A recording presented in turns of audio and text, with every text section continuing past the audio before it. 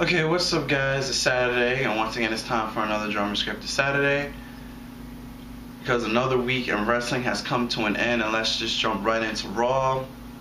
This week's Raw was the Raw Roulette, and to be honest, it's getting quite boring in my opinion. I don't see how, if you guys enjoy it, but this Raw Roulette was kind of down from the past year's Raw Roulette. The first match was Randy Orton versus Antonio Cesaro for the fourth time, and this time there was a special guest referee, and it was The Miz. Hits Miz's theme song in background, but can't do the copyright laws. So yeah, that was an okay match, but now it's starting to drag out. Oh, Randy Orton won the match, by the way. It's starting to drag out because this is the fourth time we've seen this match.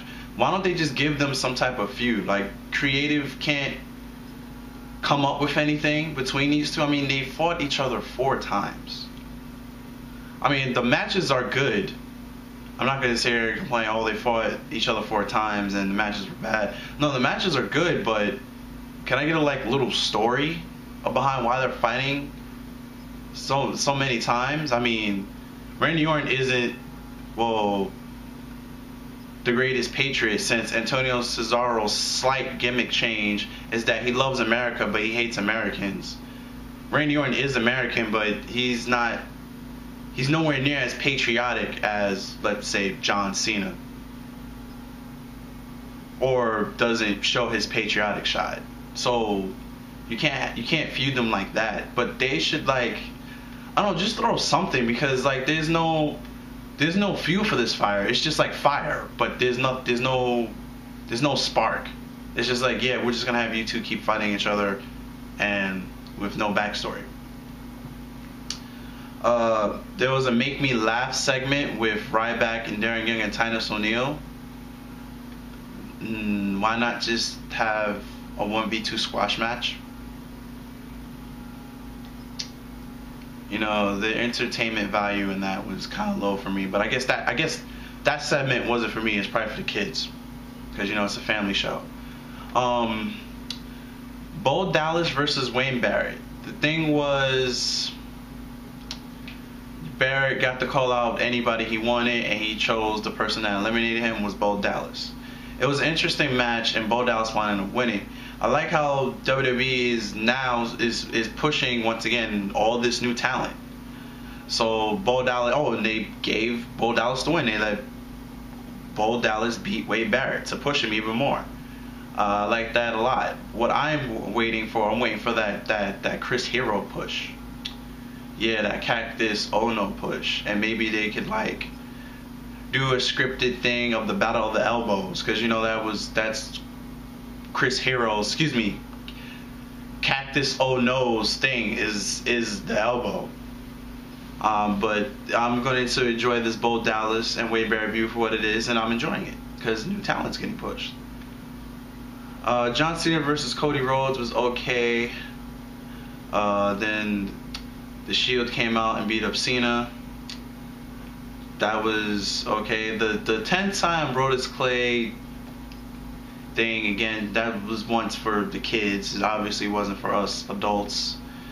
And Tensai had to dance in lingerie because the first spin was a lingerie match and he left.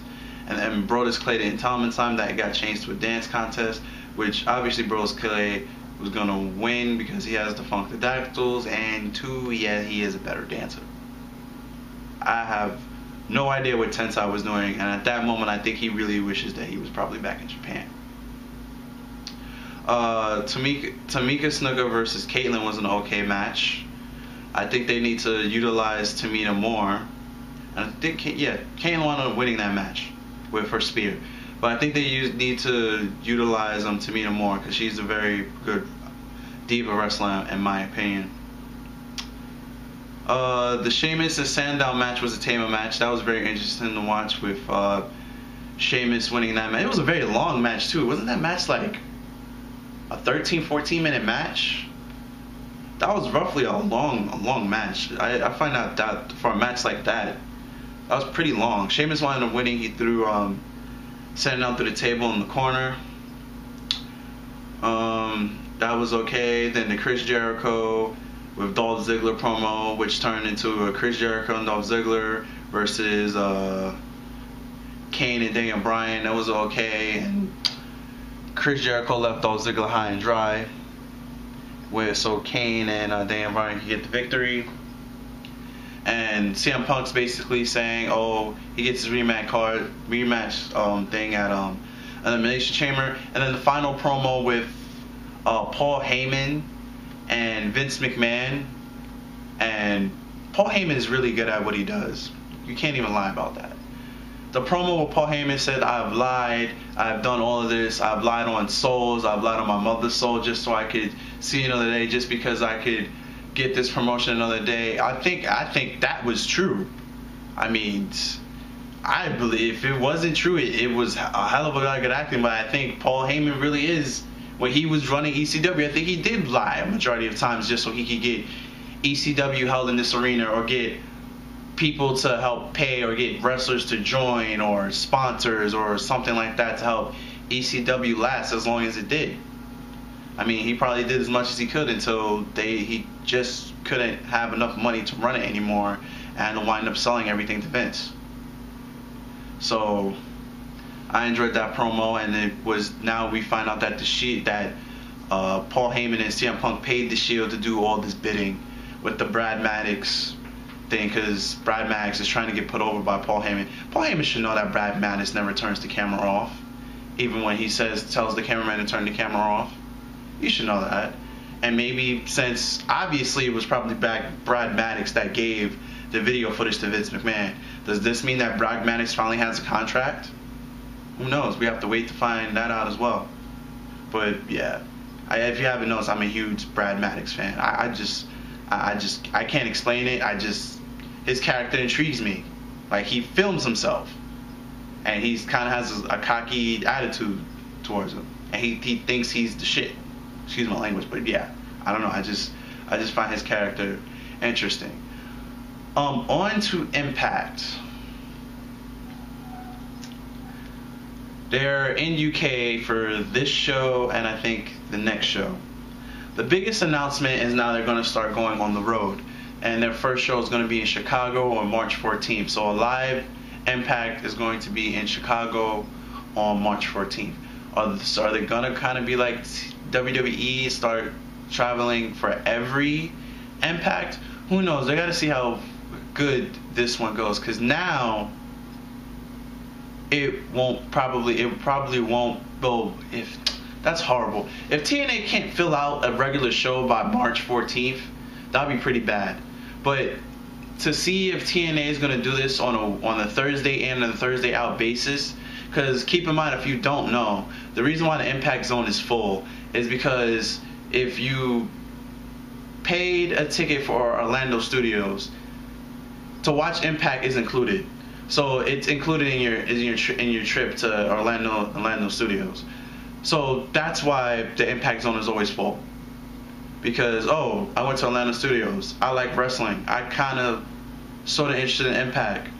Let's go at 6 and wait in line for 2 hours to make sure we get 6 to see a free wrestling show after we've done everything. Pretty much that's how people that probably go, that are in Atlanta, Florida studios, that's probably how they work.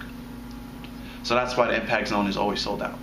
Now it's going to be interesting to see, can they sell out regular arenas where people are willingly paying their own money to go see, just, you're going only for Impact. There's no Universal Studios, so you can't say, oh, we're done here, let's stand online and watch Impact. No, I want to see if they could sell out a non-grand, this is not one of their Grand Slam pay-per-views either, if they could sell out one of their non-Grand Slam pay-per-views, just a regular show, and to see if Dixie Carter is going to willingly do this week, Thursday in and Thursday out. On a side note, what else happened on Impact is that Hulk Hogan finally reinstated Hulk Hogan. Excuse me, all messed up. Sorry about that. Hulk Hogan finally reinstated Bully Ray. Yeah. Hulk Hogan finally took Bully Ray off the suspension, and then next week it's going to be Bully Ray and Sting versus Devon and Anderson in a tables match. Didn't they do this already? Could have sworn there was a pay-per-view where it was Sting and Bully Ray versus Aces and Eights, and it was a tables match. But then you had to pay for it because that was on the pay-per-view. So they've done this already. It's just that it's going to be on Impact now, and it's going to be against 2 known members. You got it, TNA. You got it. Other things that happened on TNA was the main event. Well, other important things because I skimmed through TNA. I was barely awake. What happened was Mr. Anderson versus Kurt Angle in a steel cage match, and it was a good 15-minute match for what it was. And then the swerve came at the end after Kurt Angle made Mr. Anderson tap out. A masked Aces and Eights member climbed the steel cage, and Jared Briscoe was out watching it. Now, how did Jared Briscoe have a key? Number one, that's what gave me suspicion that this might be a swerve. How did he randomly have a key to open up the steel cage? Number two. So he jumps in, and then he locks the door back because Kurt Angle told him to lock the door. But he had a key for the cage door. Keep that in mind. So he comes in, and the Ace and the Eights member takes his mask off, and it's Garrett. Oh, you know what that means, right? That means Wes Briscoe's in on it too. And what do you know? Garrett Bischoff and Wes Briscoe beat the hell out of Kurt Angle because they're now part of Aces and Eights. Who didn't see that coming?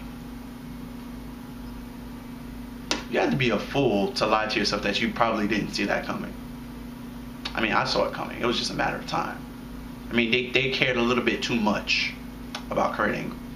Now, whether Samoa Joe is behind this too, that's kind of a 50-50. I don't really see it, but it's TNA. Anything can happen. On to SmackDown news. I can't really give any SmackDown news because I didn't see it. I was out with friends last night, but I do know what happened. Apparently, Jack Swagger came back. Apparently, there was Raw recaps. I think they did an elimination chamber thing to promote that. Oh, here was the matches. Now, it was Rey Mysterio and Sin Cara versus Kane and Daniel Bryan, Jinder Mahal versus The Great Khali, Damian Shannon versus Sheamus, Dolph Ziggler versus Alberto Del Rio. That was pretty much it. Somebody came back, and pretty much that was everything that happened. On to the drama scripted news. At the end of Raw, where Brock Lesnar came back and shocked the world, and he gave the F5 to Vince McMahon. Vince McMahon has a bad hip, so that was his exit on the storyline to be written off from the show because he has to get surgery on his hip, so he does not have a broken pelvis. That was story. That was completely story, and that was and El Generico is officially signed with WWE. He passed all his drug exams. He's not taking anything, so yeah, he's officially with the WWE now. It's interesting to see what WWE is going to do with him. Very interested to see what WWE is going to do with him. He's a big guy in the Indies, ROH, a little bit Shikara, the PGW. Hope he gets to keep the Brainbuster. Not the one off the top rope. WWE might strip that from him because that's too dangerous. But I hope he just gets to keep the Brainbuster. And in other news, I want to take a small time because I've seen this meme flying around. The Rock leaves and comes back, gets hated. Jericho leaves and comes back, gets loved. I want to tell you why that happens.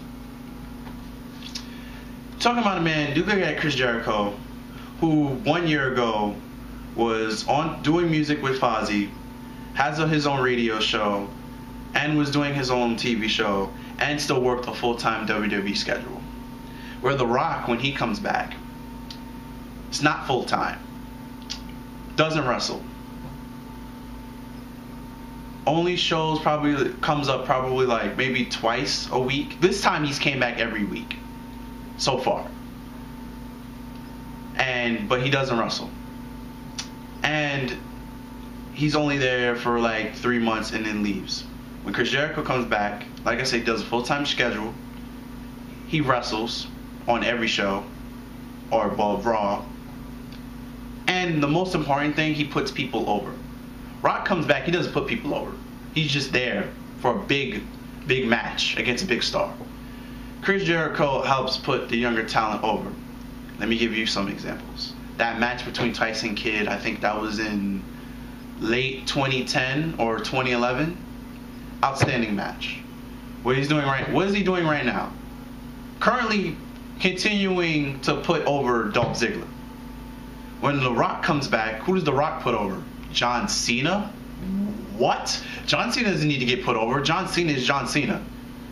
Oh, CM Punk? CM Punk has been your WWE champion for the past 434 days before he lost the title to The Rock. He doesn't need to get put over.